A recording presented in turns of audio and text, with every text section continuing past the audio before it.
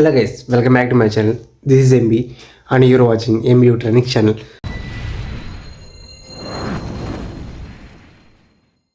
So బేసిక్గా IoT projects start చేయకముందు నాకు ఆర్డినో అయితే గురించి అయితే తెలుసు, బట్ ఈఎస్పీ గురించి అయితే నాకు ఎలాంటి ఇన్ఫర్మేషన్ అనేది తెలియదు. సో ఎల్ఈడి బ్లింకింగ్ కూడా రాదనమాట. ఆర్డినోతో అయితే I can build any project అనమాట. సో అంత సింపుల్గా చేయగలుగుతాం. సో బికాస్ ఆఫ్ డ్రైవర్స్ అనేటివి ఆర్డినోకి అయితే అవసరం ఉండదు. So whenever come to the ESP ప్రాజెక్ట్స్కి మనకి మన యొక్క విండోస్ కానీ మన యొక్క మ్యాక్ కానీ ఏదైనా సరే, సో ఈ will definitely install the drivers అనమాట ఈఎస్పీకి. సో దట్స్ వై ఈ యొక్క మ్యాక్లో ఏంటంటే మనకి డ్రైవర్స్ అనేటివి ఇన్స్టాల్ అయిన వాటి యొక్క కమాండ్స్ అనేటివి మనకి సరిగా ఇన్స్టాల్ అవ్వవు. సో అందువలన నాకు ఈఎస్పీ గురించి నేను చేయలేకపోయాను అనమాట. ప్రాజెక్ట్స్ అనేటివి లెవెల్లో మనకి ఈఎస్పీకి ఎలా చేయాలి, ఎలా డ్రైవర్స్ ఇన్స్టాల్ చేయాలి, వాటిని ఎలాగా మనకి కంప్యూటర్కి అనేది లైబ్రరీస్ కానీ వాటిని ఎలా డౌన్లోడ్ చేయాలనేది కన్ఫ్యూజన్గా ఉంటుంది. సో వాటి కోసం ఈ వీడియో అనేది పర్ఫెక్ట్గా ఉంటుంది. సో ఆర్డినో ఐడి సాఫ్ట్వేర్ అనేది ఈ విధంగా ఓపెన్ చేసుకున్న తర్వాత నాకు మ్యాక్ వర్షన్ కాబట్టి నేను మ్యాక్ వర్షన్ చెప్తున్నాను. సో విండోస్కి సమ్ డిఫరెంట్ వర్షన్ అనేది ఉంటుందన్నమాట. ఓకే, నెక్స్ట్ ఇక్కడ ఆర్డినో ఐడి పైన టాప్లో ఉంది కదా, సో దీనికి క్లిక్ చేసినట్లయితే ఇక్కడ మనకి సెట్టింగ్స్ అనే ఆప్షన్ ఉంటుంది. సో ఫస్ట్ మీరు చేయాల్సింది ఇదనమాట. సో సెట్టింగ్స్లోకి వెళ్తే ఇక్కడ అడిషనల్ బోర్డ్ మేనేజర్స్ యూఆర్ఎల్స్ అని ఉంటుంది. సో ఇక్కడ యూఆర్ఎల్స్లో మనకి మామూలుగా ఆర్డినో ప్రాజెక్ట్ చేసేటప్పుడు ఆర్డినో ఈవెన్ఓ కానీ నానో కానీ సో యూజ్ చేస్తున్నప్పుడు మనకి ఎలాంటి బోర్డ్ మేనేజర్స్ యూఆర్ఎల్స్ అనేది అవసరం ఉండదు. సో దానికి ప్రీ డిఫైన్గా అవి తీసుకుంటుంది అనమాట. 32 ESP8266 ప్రాజెక్ట్స్కి. సో మీరు ఖచ్చితంగా బోర్డ్ మేనేజర్ యొక్క యూఆర్ఎల్ అనేది మెన్షన్ చేయాలన్నమాట. సో ఇదేంటంటే ఒక బ్రిడ్జ్ లాగా అనమాట. ఓకే, మన యొక్క బోర్డుకి నెక్స్ట్ అలాగే కంప్యూటర్కి ఒక బోర్డ్ లాగా.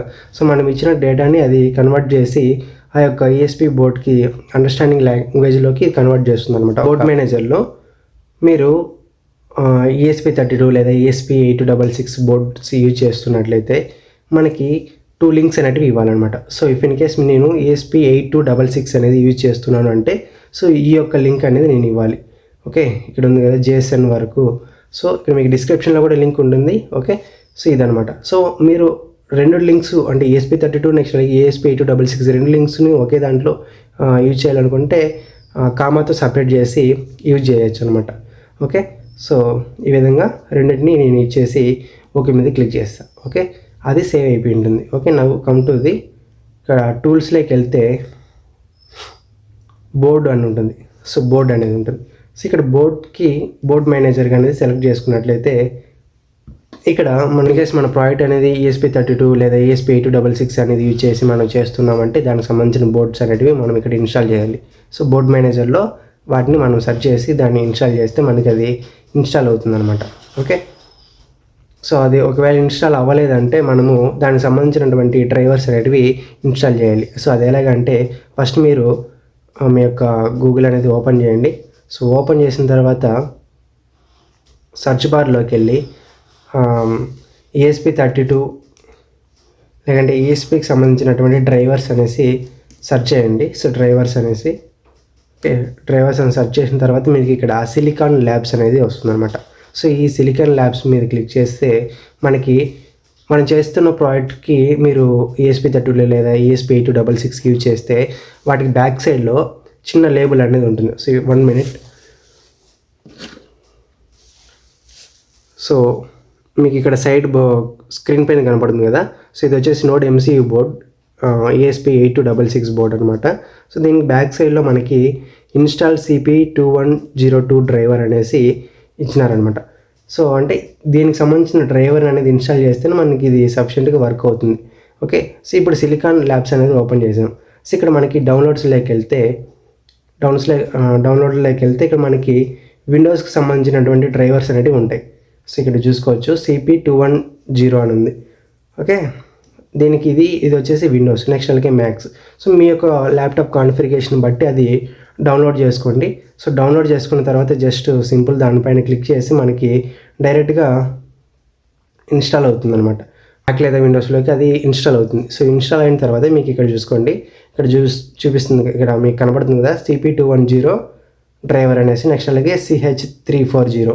సో ఎక్స్ అంటే అక్కడ మనకి ఏదో నెంబర్ అనేది ఉంటుంది. సో ఇది డ్రైవర్ అనమాట. సో దీన్ని మనం ఇన్స్టాల్ చేసుకున్న తర్వాత మనకి డైరెక్ట్గా మనకి ఇక్కడ ఆర్డినో ఐడి సాఫ్ట్వేర్లో మనకి బోర్డ్స్ అనేటివి ఇన్స్టాల్ అవుతాయి అన్నమాట. Okay, downloading package NS.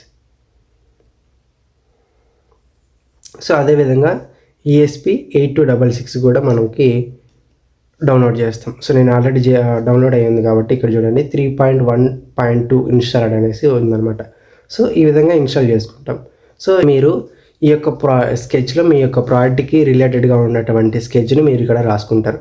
Right, okay. నా come to the. So after coding అనేది కంప్లీట్ అయిపోయిన తర్వాత సెలెక్ట్ బోర్డ్ అని ఉంది కదా. సో ఇక్కడ సెలెక్ట్ బోర్డ్లో ఇక్కడ బోర్డ్స్ అనేవి ఉంటాయి. సో నేను ఇప్పుడు ESP8266 ఇది వచ్చేసి నోడ్ MCU కాబట్టి సో నోడ్ MCU అని టైప్ చేస్తే మనకి ఇక్కడ 0.9 ESP12 1.0 ESP12 బోర్డ్ మాడ్యూల్ అని ఉన్నాయి. సో వీటిలో ఏది అనేది మీరు సెలెక్ట్ చేసుకొని, సో ఇది వచ్చేసి 0.9 అనమాట. సో కొద్దిగా సైజులో కొద్దిగా విడ్త్ అనేది ఎక్కువగా ఉంటుంది. అది వచ్చేసి మనకి 1.0 అనమాట.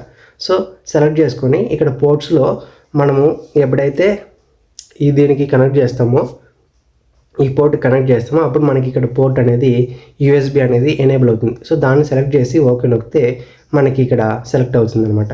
సో తర్వాత ఈ టిక్ మార్క్ ఉంది కదా. సో ఇది వచ్చేసి మనకి మనం రాసిన కోడ్ అనేది వెరిఫై చేస్తుంది. అంటే మీరు రాసినటువంటి కోడ్లో ఏదైనా లైబ్రరీస్ అనేటివి ఇన్స్టాల్ చేయకుండా ఉన్నట్లయితే మీ కంపైలేషన్లో వాటిని ఇన్స్టాల్ చేయాలనేసి మీకు ఒక ఇంటిమేషన్ లాగా చూపిస్తుంది అనమాట, ఒక వార్నింగ్ లాగా. రైట్, సో దాన్ని తర్వాత మీరు ఇన్స్టాల్ చేయాల్సింది. ఆ యొక్క లైబ్రరీస్ ఫర్ ఎగ్జాంపుల్ HT11 సెన్సార్ని నేను యూజ్ చేస్తున్నాను అనుకోండి ప్రాజెక్ట్కి.